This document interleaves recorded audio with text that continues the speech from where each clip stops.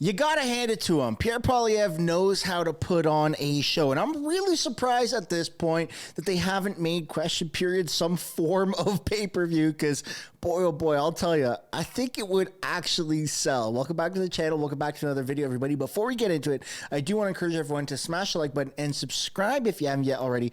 And just a gentle reminder that this is Mr. Sunshine Extra, so I may look familiar from other channels, but I would really appreciate it if you guys showed this channel the same love that you do as the other channels. We're taking a look at Pierre Poilievre bashing our wacko prime minister for our wacko policies and also a wacko reporter. Pierre Poilievre goes on CP24 and absolutely obliterates the reporter, which we're going to get into that in a second. But I do first want to mention that these limited edition stickers of Wacko Trudeau Has to Go are still for sale. They have almost completely sold out. So make sure you get yours. And the link for that is down in the description or the pinned comment below. Without further ado, let's take a look at this interview. You're going to love this. You're going to want to stick around for the full video. I guarantee it. Conservative leader Pierre Poilievre was kicked out of the House of Commons yesterday for comments he made about Prime Minister Trudeau during question period.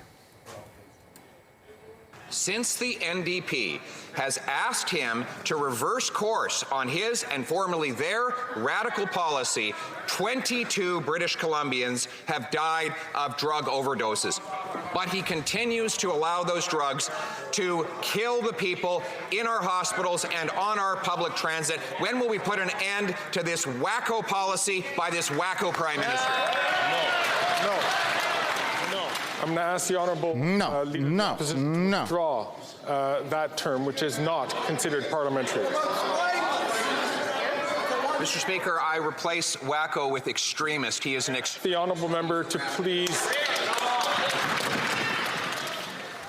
So after some back and forth, Poilievre refused to withdraw his comments, and as a result, the House Speaker, Greg Fergus, ordered Poilievre to leave for disregarding his authority. Then all Conservative MPs followed Poilievre. Now, prior to being kicked out, Prime Minister Trudeau had accused Poilievre of associating with far-right extremists. Fergus cautioned both to avoid making direct accusations about the character of another MP. Poilievre accused the Speaker of trying to protect the Prime Minister.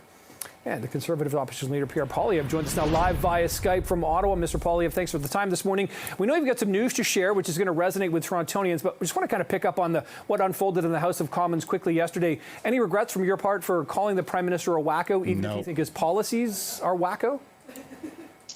No, because I can't think of any other word to describe what he's doing in our communities.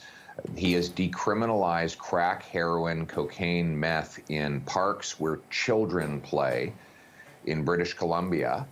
He has even allowed, his law even allows for people to use meth, crack, and cocaine while they have weapons in hospitals. That has led nurses to be afraid to go to work. One nurse had to stop breastfeeding because she breathed in meth fumes. And yet the Prime Minister has given a criminal code exemption to allow this to happen. The BC NDP government even thinks this is wacko. They have asked him to reverse the policy. But it's worse than that. He's now considering bringing the same drug legalization of crack, heroin, and other hard drugs in your parks, in your hospitals in Toronto. He has a request in from the Toronto City Hall to do that. We've already seen that 2,500 people die as a result of this policy happening in BC. And yesterday I was trying to get the Prime Minister to commit that he wouldn't import this wacko idea to Toronto, which is already reeling from his catch and release criminal justice system in car thefts, extortions, carjackings, and deadly violent crime. And he wouldn't do it. Instead, he divided and distracted with fear and falsehoods. His policies are wacko. Hiking the carbon tax to 61 cents a litre, wacko. Doubling housing costs, wacko. Doubling the national debt and causing the worst inflation in 40 years is wacko. And I'm just calling it as it is. So what is the solution then, Mr. Poilievre, to the drug opioid issue that is plaguing Canadian cities, whether it's Vancouver, Toronto, or otherwise? I mean, we've seen what's happened. We've clearly heard your position here on the sort of decriminalization side of things. But what do you propose should be done to improve it and improve people's outcomes, I suppose? Well, first we have to stop. We have to stop the policies that caused the drug crisis. We did not have an opioid crisis before Justin Trudeau. He brought in, first of all, decriminalization in BC, and then tax-funded drugs, opioids that are as powerful as heroin, which your tax dollars are paying for, that are being resold to our kids, and bringing them into a life of drugs. We need to stop Trudeau's tax-funded drug program.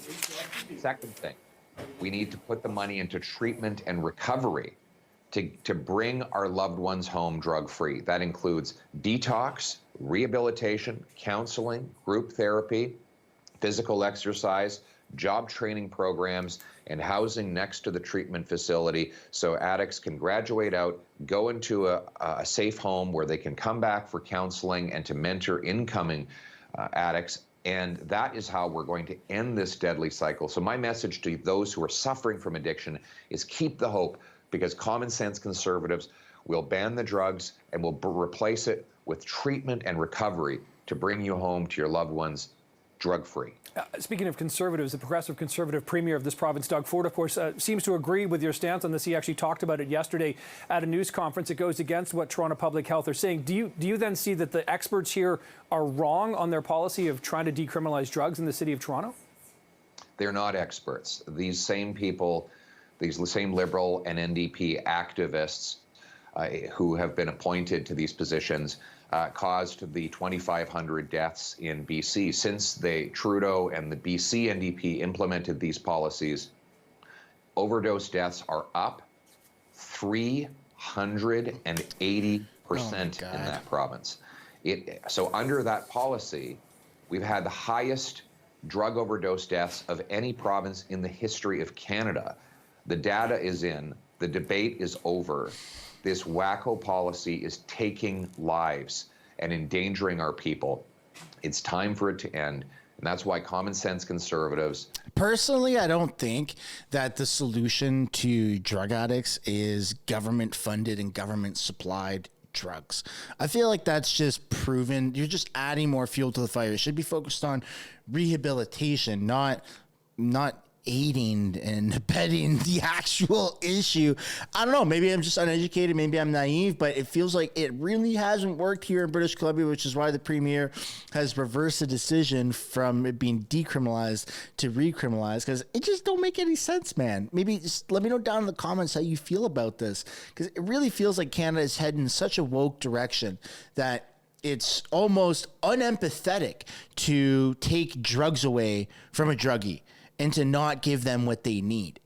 It's freaking bizarre. Canada is just so strange.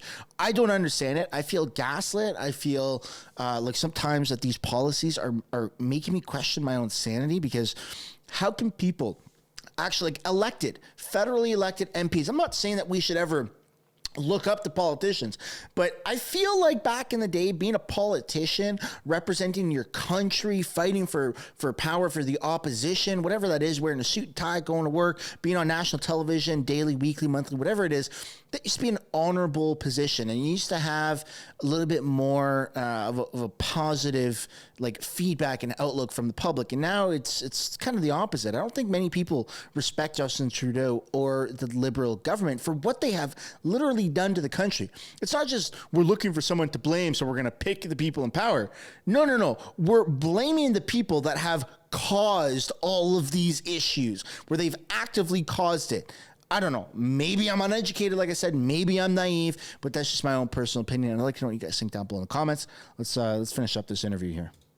We'll bring treatment and recovery. We will ban hard drugs, stop giving out tax-funded opioids, and we'll stop the crime.